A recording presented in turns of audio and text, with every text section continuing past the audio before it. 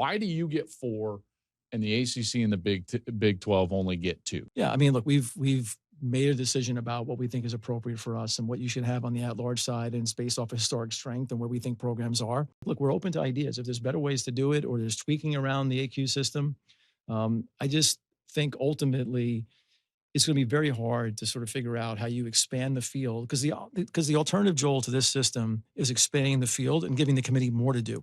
Because if you go to 16 and you have 11 at large, you've just added even more decision making. And the answer is, well, at that point it gets to be easy because you'll cover everybody. No, because the more spots you put into the system, the more difficult decisions you're facing, because teams start to look more alike. So we're looking to kind of do exactly what you said, is reduce the role of the committee, let them focus on seeding, let them focus on the last 3 at larges. I do push back when people say you're not earning your spots. I think we're earning our spots playing 9 tough games and going through a really tough play. And I think that's earning your spot. I think a committee, I would say selecting it's more, 11. I think it's more than the selection committee. That to me is more of an invitation. Actually You're actually getting invited by a selection committee instead of guaranteeing your spot by winning a game. But look, it's this is tricky.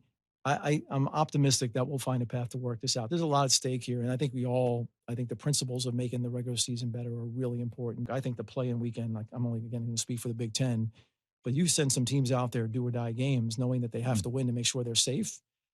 Like, there could be some really great matchups around our championship game. That's a great weekend for college football. Like, the best way to market the sport is to play more good games. That's You can talk about all the advertising campaigns you want. You can talk about all the slogans and all the promotion and everybody talking. But at the end of the day, what fans really care about is, like, put more good games in front of them, and they'll definitely watch.